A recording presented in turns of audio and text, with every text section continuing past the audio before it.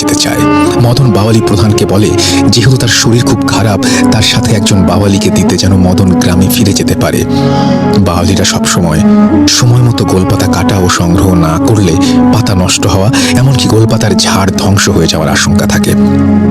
ওই দিন কাজের প্রচুর চাপ থাকায় বাওয়ালি প্রধান মদনের সাথে কোনো বাওয়ালিকে গ্রামে যেতে দিল না। বাওয়ালি দলের প্রধান মদনকে বলে, তুমি একটু কষ্ট করে হলেও আরো কিছু সময় এখানে থাকো, তাহলে কাজ শেষে আমরা সবাই একসাথে গ্রামে ফিরে যাব। কিন্তু মদন এই কথায় রাজি হলো না। বাওয়ালি দলের প্রধানের অনেকে অনুরোধের পরেও মদন একাই গ্রামের জন্য রওনা হয়ে গেল। সন্ধ্যার দিকে বাওয়ালি দল গ্রামে ফিরে এলো। বাওয়ালি দলের প্রধান সবার আগে মদনের ঘরে গিয়ে মদনের শরীরের কি অবস্থা জানতে গেল। মদন ঘরে তার বৃদ্ধ বাবা মা, স্ত্রী দীপালি আর ৩-৪ বছরের একটা সন্তান ছিল।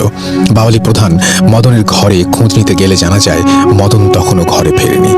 দীপালি বাওয়ালি প্রধানের কথা শুনে খুব চিন্তিত হয়ে পড়ে।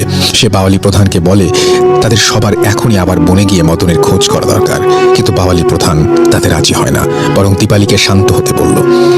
বাওয়ালি প্রধান বলে, এমনিতেই সন্ধ্যা গড়িয়ে রাত হয়ে এসেছে, এই রাতে গহীন বনের মধ্যে গিয়ে মদনের খোঁজ করতে গেলে যে কোনো সময় বাঘের কবলে পড়তে হবে। দীপালি এ কথায় কান্না শুরু করে দেয়। সে